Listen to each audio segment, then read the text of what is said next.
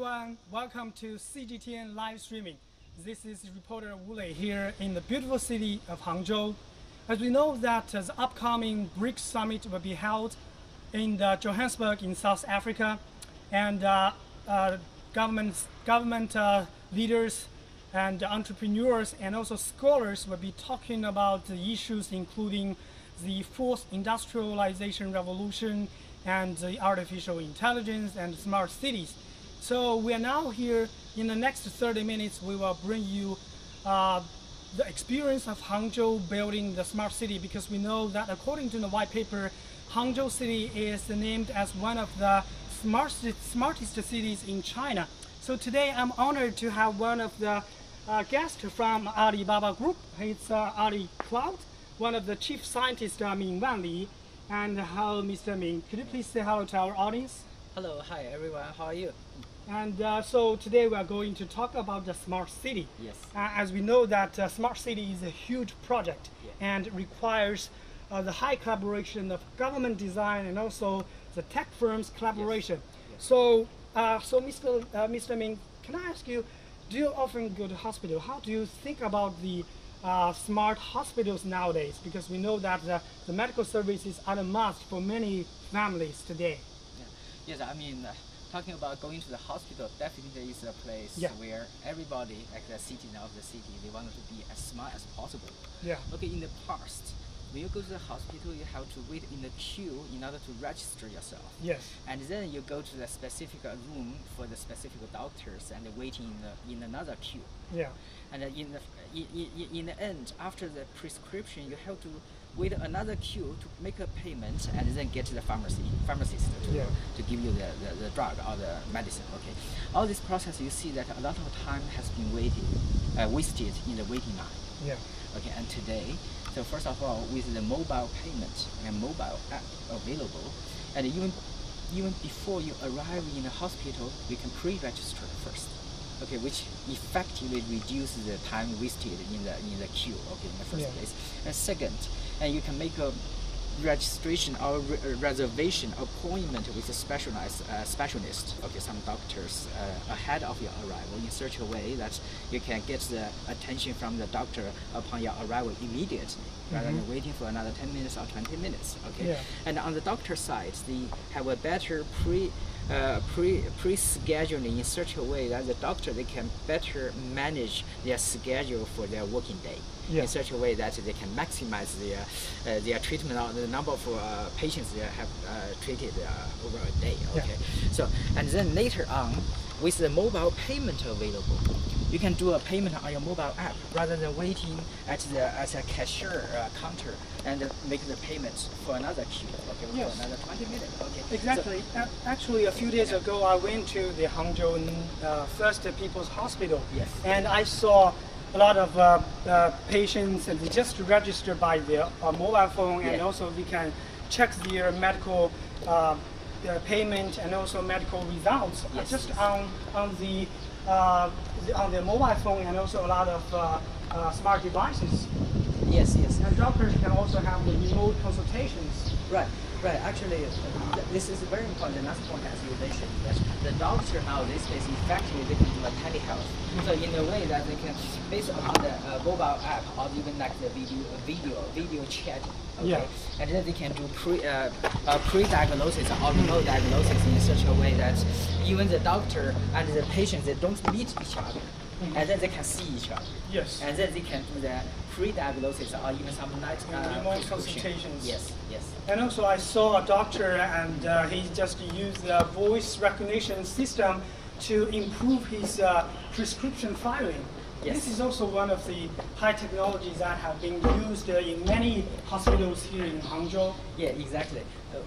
You know why the motivation is as follows. So very often as a patient, it's very hard for us to recognize the handwritten digits by doctors. Yes. And now today with the voice to speech, speech to text, voice to text technology, automatically we convert the conversation, okay, from the doctor to text, to a legible text, so that it can clearly understood by the patients. Yeah.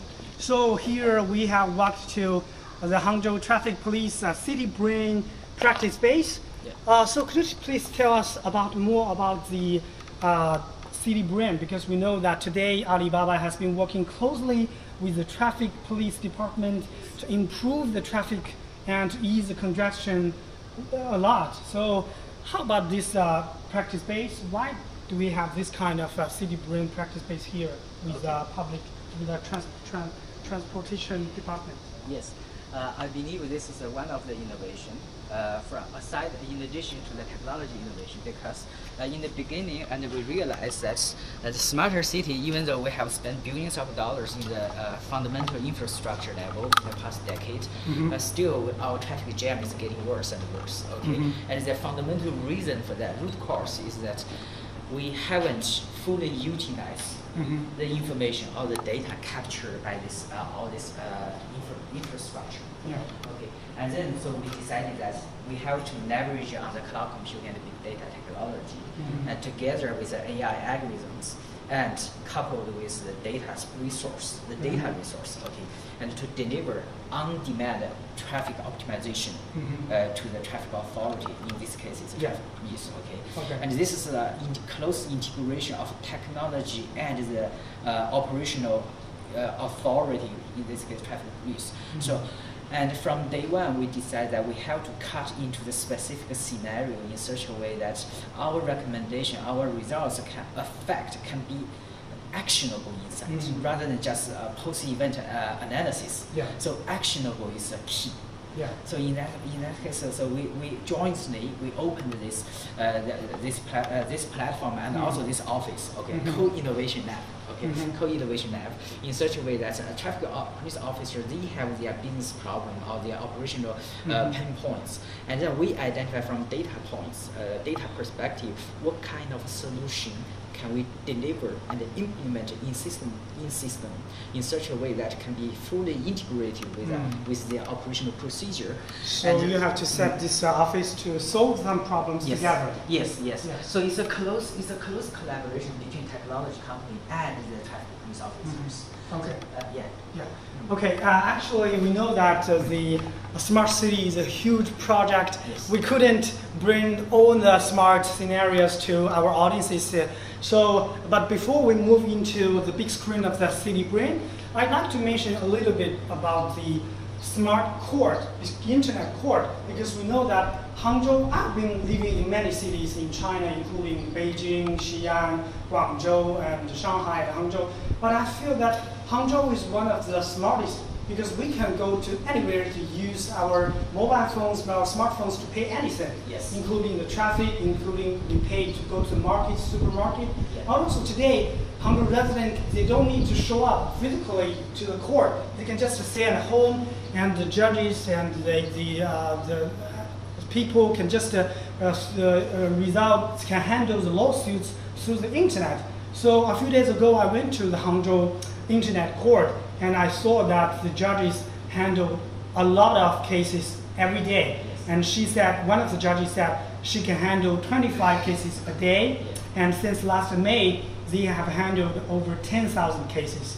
So with the fast development of the internet technology, the Hangzhou's internet course also set a good example of how the technology and the public service department can work together to solve the problems for our residents, right? Yeah, actually that's an interesting point to that. Because you see that the mobile app coupled with the court, with a court, actually effectively reduce the traffic required for people to go to the court and come back from the court. It saves a lot of time and money for the people who want a lawsuit. This is secondary effect.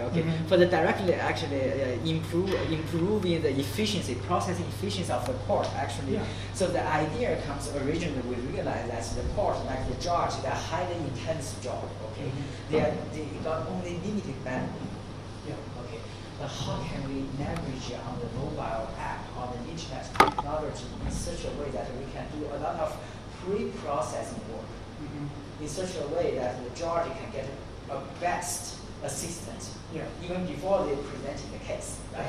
So that's the idea. So basically, you gotta have a text mining in such a way that you can do the OCR, optical content recognition. In such a way you can convert the paper document into a digitized document. And second, you can do a text mining in order to combine, analyze what kind of case the key annotation or key needs in such a way that the judge they can clearly understand the back and forth, the underneath the storyline in such a way that the judge can have a better, quick diagnosis or judgment. Yes. Okay. With that, and you realize that even without going physically to the court, and the defendant or plaintiff, they can present their side story, okay, independently and comprehensively to the judge, and almost online immediately. And in such a way that judges can have an assistant give them recommendation immediately. So this significantly increases the processing efficiency, as you just mentioned. So Hangzhou Internet Court was the first one in China to use this kind of technology and to improve the efficiency of the court. So in the future, I think more internet court will be expected across the country. Yes. Yes. So we'll continue our discussion about this city brain, because we know that the traffic today, especially in metropolis cities and in big cities, people spend a lot of time on their working hours on the traffic. So could you please tell us how the city brain helped the traffic to ease the traffic congestion? Yes. So can you go up to this room and have a better understanding about this city brain? Okay. So maybe you can go to the control room. Yeah, this is one of the control room. Okay. All right. Yes. So as we can see, this is a big screen of this city brain system to show the traffic flow right here at the real time in Hangzhou. Yes. Okay, let me run you through this dashboard. So this is a live dashboard, okay, in the control room. So first of all, the city brain, what the city brain does has a couple of stages. First, in terms of the traffic status understanding in real time, the sensing. So use the smart cameras, right? Use the smart camera, use the video. Like this one. Like this one. Yes, exactly. So basically, use this video camera. It can automatically, as you can see, the red box. The red box. So what does it mean? So this is the illegal one. You see this motorcycle. Go across the street. Okay, go across, and it's kind of illegal traffic. So it's a violation of the traffic law. So in the past, a lot of traffic jam were actually caused by the traffic accident due to people disobey the traffic regulation, right? Yes. So what the best they can do, I mean the traffic police, they couldn't do anything until in the post-event or flavor, in the sense that somebody call in reporting an accident and then they respond. But now with the city brain available, so essentially all of these violation will be captured in real time. In real time, and the system will analyze the data, and it knows what is the accident, and it can report to the traffic police officers immediately. Immediately, active reporting. Okay. Active reporting in such a way that the traffic police officer they will get the most. You see the current right now. It's July 24th, right? Yes. 11:18 a.m. It's a real time. This is an illegal motorcycle. So the traffic police officer receive this active report, and then they can take a preemptive action. Even before they become a bad accident. Okay. So for example, they can dispatch a motorcade like a patrol officer. Okay. And to intercept that violator. Okay. So that they can just go back to their normal street rather than continue driving on the major road. Okay. So this is one approach where the city brain leverage on the real-time smart camera in order to do active detection of violation and do active reporting to the traffic authority, and then the authority do preemptive intervention. Okay, this is the first part. And second part, as you can see, this is a traffic signal. Okay, this traffic signal, what it does is essentially to try to look at the entire city network, which part of the intersection were congested. okay, due to the bad timing of traffic signal. So if you imagine the entire city network is really like a pipeline, okay, you have different switch, okay, at each intersection. Like the signal. Like the signal, yes. Okay. If the intersection, one of the intersections, the timing, the traffic signal was not clever enough, okay, and then it still operates according to the predefined template, and it might like 90 seconds, 30 seconds, fixed time. Fixed time, regardless of the current traffic pattern. In that case, you will see a mismatch about the traffic, the green signal and the traffic demand. So this very often we will say as a driver, very often we are waiting for a green signal, but on our perpendicular direction. Yeah. It's green signal, but no vehicle, no traffic volume. Yeah. And this situation is pretty common. Okay, it's due to the fact that all this signal has been fixed on, the template of the timing of it. So the city brain system will have a clear understanding about the whole network of the traffic, and it can adjust the signal accordingly. Automatically. So in a way that is first, the city brain has a wider view, a bird's eye view about the entire network. Okay, first. Through the smart cameras, smart sensors, smart camera sensors, and also from mobile app.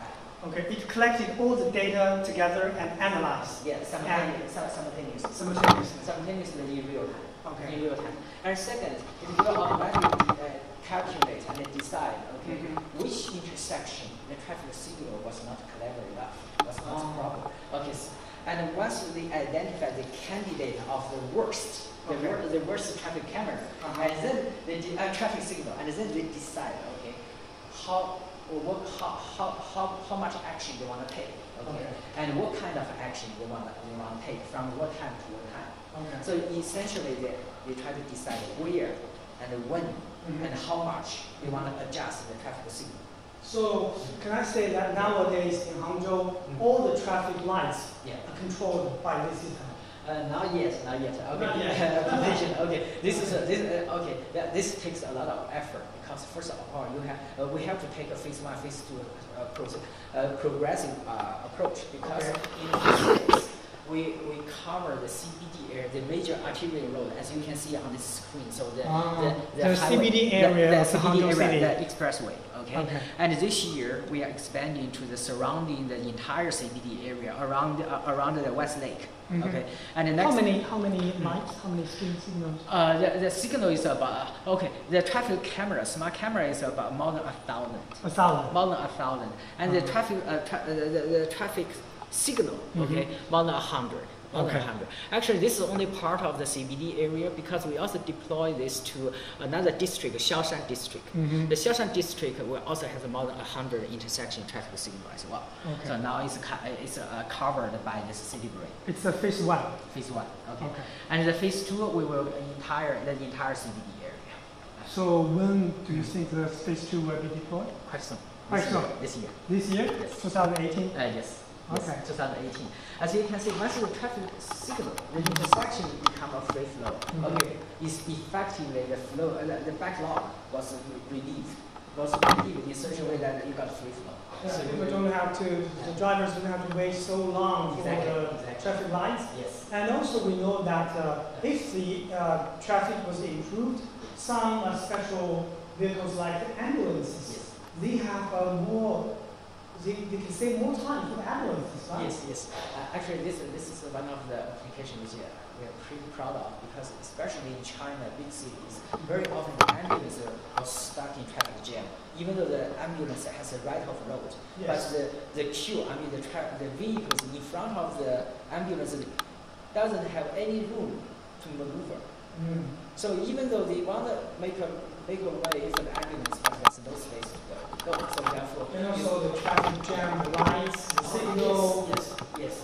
Exactly. So therefore, so we decided that is that possible that we couple, we synchronize this city brain with the traffic signal control system in such a way that can sense the arrival of ambulance to the intersection even before its arrival. Okay, they can predict precisely and then notify, synchronize the traffic control system in such a way that it will open green signal ahead of its arrival and try to clear the queue in front of the ambulance. So by the time of the arrival to the intersection, the ambulance already got a free flow.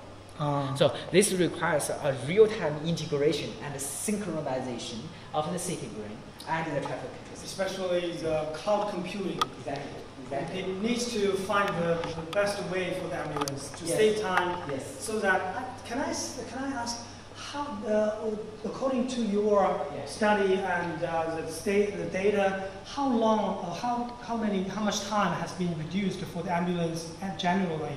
Have you got some examples? Oh yes. So we deployed the system last year, September 2017, in Xiaoshan district.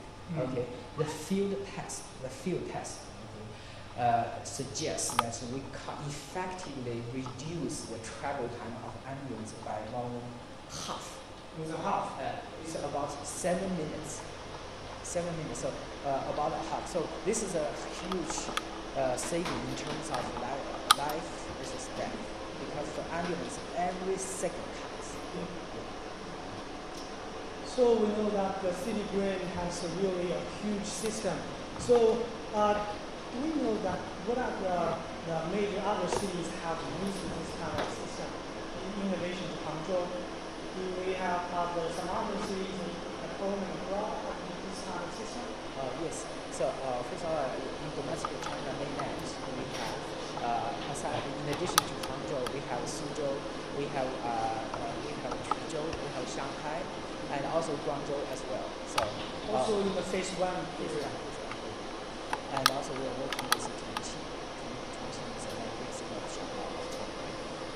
And in the USA market, and we have common report the capital of Malaysia, and we deploy the system this March of 2018. And also in your call, we are deploying the system. So I think the traffic police department must be very happy to use this kind of system. Yes. Do we have some challenges for using this system? What are the major concerns and challenges for using this kind of AI-powered system? Because we know that cloud computing, big data. What are the major challenges? So there are a couple of challenges. First of all, from technical perspective, and there's still some roadblock in the way of challenges. For example, very often the data. Can we walk to the upper stairs? Okay. Because this is a control room, but what is that? The upstairs has a better view. They have also control panel. Okay. We have a try. All right. So on the technical side, so first of all, the data coverage is a challenge because the data coverage. Because today this city brain is heavily relying on smart camera first, and second is the mobile app, and also rely on the loop detector. The loop detector actually is a major challenge to us because a lot of the loop detector underneath on the ground has been broken for quite a while. Has been broken. By who? Naturally. You mean the smart devices have been broken, have been too old? Too old. Okay. Because their lifetime is pretty short. Smart cameras, smart devices. Yes, smart camera is relatively better compared to the loop detector. Because in the old days, the traffic authorities use the loop detector to capture the traffic volume and the traffic speed. But this detector has to subject to the extreme high temperature in the summer, and extreme cold temperature in the winter. Right? Okay. So because of the temperature range, so the decay of those loop detectors is pretty significant. Severe. Yeah. So that causes this reliability of the loop detector problem. Okay, and this creates a data problem naturally. So basically the data coverage is a challenge for us. And second is on the marketing side, the convenience.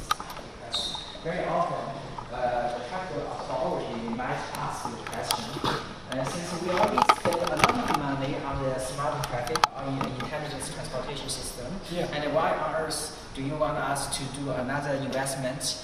Since we already got all this monitoring of traffic sensing, okay, all this stuff. What's the difference? Yeah, what's the difference? What benefits can you bring to us? Yeah, exactly. So the business case, we have to make that clearly defined. Okay. So this is exactly, so we made a lot of time, we try very hard to identify some first of a kind applications. For example, like the new way for ambulance. That's the first of a kind in the world. Okay, without city brain you cannot do that. But today with the city brain, and we can showcase that we can cut down effectively the travel time of ambulance by half. You just mentioned about Yes. They will deploy this kind of system to improve their traffic efficiency. Exactly. So when will that be deployed? It has been deployed. It has been running for quite a while, at least 1 month now. What about the feedback? Okay, very good question. So we have conducted a few tests. Okay, again, so we managed to cut down the travel time of specialized vehicles. So like by about 29%, reducing the travel time. So this is exactly but we have to showcase some of first of a kind of application as an innovation, trying to showcase the possibility of city. Once you couple all the data together with the cloud computing, and then you can deliver some game change to the intended IQS automatically. So we can see that this is a better view of this system. So can we control this through some of the computers? So you see, all this data are real data. They are generated on the dashboard. So on the control room, they can switch on different dashboard and see some. Okay, for example, you see that speed. That's the part. Okay, keep changing. Yes, right on the left. That's keep refreshing. And also on the bottom, the lower bottom, the video camera, the smart camera, it capture all the balls. See, and that's some illegal vehicles. Yes, that motorcycle. Okay, motorcycle are not supposed to drive on the major road. So I think one of the another concern is about data security. Yes. So we know that this kind of big data cloud computing system, many people may concern that do we have some data security system to ensure that all the data in the public, traffic police department is safe? Actually, first of all, so we take much more measures to make sure that the city brain has protection. First of all, the entire system has a protection. Like any system, a software system has a protection. And second, especially for the data privacy and data security. That's the part which we spend a lot of effort. So first, we want to make sure all of the data we use are anonymized and aggregated in such a way that it can only give you a summarization rather than personal identifiable information. Okay, first. And second, we have a data protection product to monitor access, utilization, transformation, extraction, all the behavior activity associated with the original data, in such a way that any unauthorized access or utilization or transfer or sharing of the original data will be captured and recorded. And third, all of the data are this is the traffic. So it's not only by development. So we only provide the product itself. So our customer use the product, utilize the product, and then analyze the data they already have.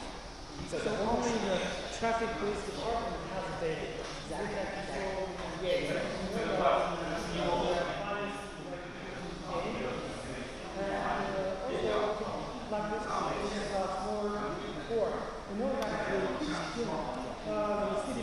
The traffic is only one part of this city system. Yes. And there are a lot of other applications in the future. If you please give us some more examples of about how the city grid will help us to build a smart city. Yes, actually, if we're looking forward, and aside beyond the smart grid, and we can use the city grid to help us to do a better urban planning. Urban planning? Yeah, because for example, if I want to increase one road, like from interest such as street, I want to increase, I'll build a new road. And then where should how many parallel lanes parallel or full parallel. So in the past, all these pre-urban planning are based on personal experience. And today, we use the data. We use the data and existing network topology to analyze, and then suggest. Exactly, and quantify. And quantify what if you build a new road with 3 parallel lanes or 4 parallel lanes. What's the best way? What's the best way, and how much of the pressure you will create to the adjacent neighborhood, and how many public parking space you need, how many left and right turn you want. Okay. So this kind of urban planning now today with the city green, we can give you a data-based assistance, recommendation. And this is the first in terms of urban planning. And the second, maybe can you go somewhere? Maybe I can ask my colleagues, and they can do it later. So urban planning is and another application. the second is the environmental protection. Environmental protection. Yeah, obviously, say for instance, now today with all the traffic jam, you know exactly the emission. The emission from carbon dioxide, or carbon monoxide. Okay. Yeah. So this emission can be managed better. Okay, first. And second is that the waste bin. Okay, so because the waste truck. Okay, the waste truck they have to they collect the garbage, right? According to predefined route and time schedule in the past.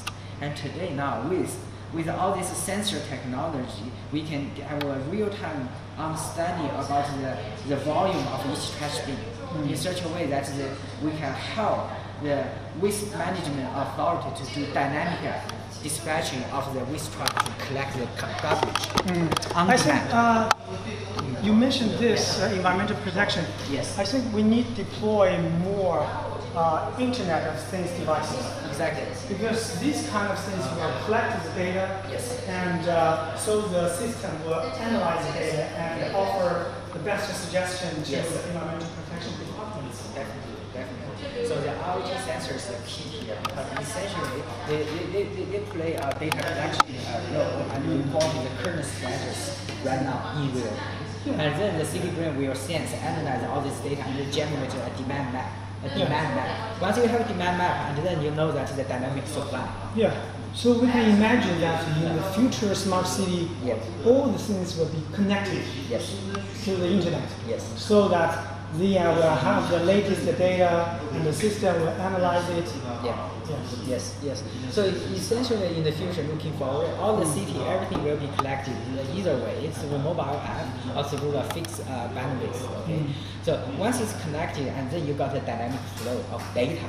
It's a dynamic data flow. Once you have the data flow, and then essentially you need this brain to process all this data in order to digest and generate, analyze, and generate actionable insights. And then from the insight, and then you want to do a closed loop, and try to understand, okay, this kind of action recommendation, whether it's effective and how much impact it will create. So and then once you have a closed loop, then you can do an evolutionary development of the city to the next stage. Okay. So we have talked a lot, including the smart hospitals, the smart port, and also we talked about the smart traffic and this city green system. So to summarize, Mr. Minardi, could you please share from your point of view, what's the experience of Hangzhou building a smart city? Because in the upcoming BRICS Summit, the Brazil, the Russia, the India, China, and they will talk about the scholars, the entrepreneurs, and also the government leaders. They will talk about the industrial revolution, and they will talk about artificial intelligence, how to build a smart city, how to solve a lot of problems in the urban cities. So from your point of view, what's the Hangzhou's experience? how can other cities at home and abroad learn something from Hangzhou's experience and lessons? From the past 2 years, so there are a couple of points I want to share. So first of all, for smarter city, you can start from soft side rather than just focusing on the fundamental infrastructure. Okay? The physical infrastructure is the first step, and second step you have to leverage on the data resource.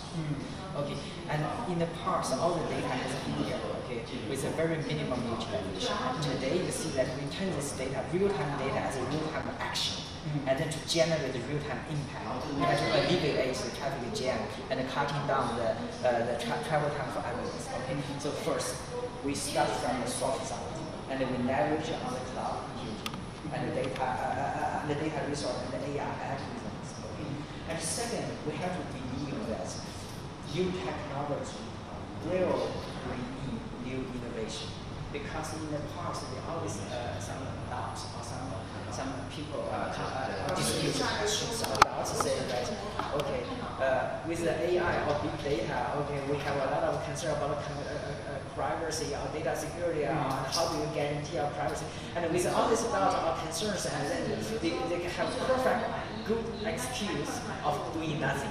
Okay, but today we want to show that all these concerns can be well taken care of, as long as you see enough value, and then people will come with all bringing ideas of data protection.